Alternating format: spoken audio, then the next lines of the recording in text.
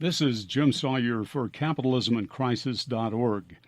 Economists remind one another occasionally their profession has so-called physics envy. Over 2 centuries ago, Adam Smith looked to physics for clues about the orderly way in which he believed the economic world worked, or ought to work. Smith was a child when Isaac Newton died almost 3 centuries ago. As he grew up, he emulated the great physical scientist. Newton, of course, saw orderliness throughout the natural world. He observed how the planets rotate the sun in perfect harmony. The term used in economics to describe such orderliness is equilibrium. In the late 18th century, Smith observed equilibrium at the market level as consumer buyers jockeyed with producer-sellers to get the best deal.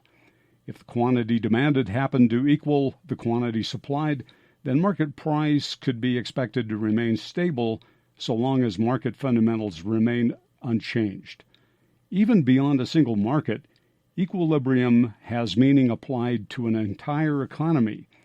Economists conclude that macroequilibrium, the adding together of individual markets, occurs when the amount saved by all households is the same as the amount invested by all businesses.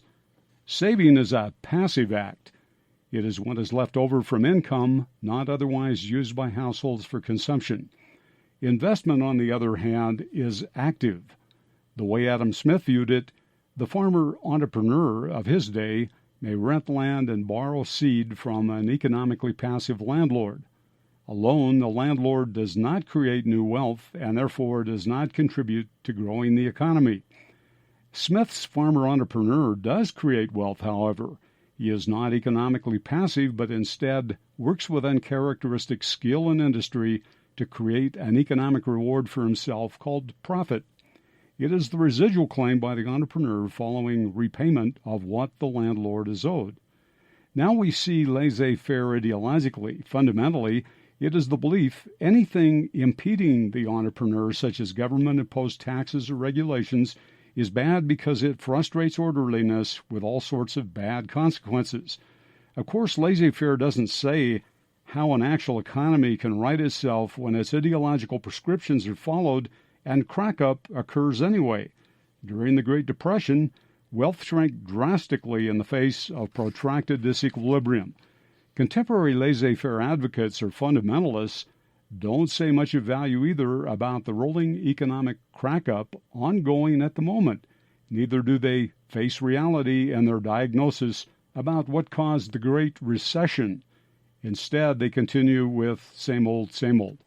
Through it, they enable a kind of pseudo-capitalism that Adam Smith, the moral philosopher, would find repugnant. Smith would be stunned, for instance, that his philosophy indirectly has been used to evict a handicapped boulderman from his house trader for failure to satisfy a modest tax lien. Robert McHugh became homeless in February owing to Julie Carpenter's purchase of the $175 lien and then the sale of McHugh's trailer to Boulder-based five-star homes. One wonders how this sort of brazen pursuit of self-interest could align with service to the common good as Smith advocated. If you find the current economic situation disconcerting, even frightening, check out capitalismandcrisis.org on the web. From Boulder, Colorado, for Capitalism in Crisis, this is Jim Sawyer.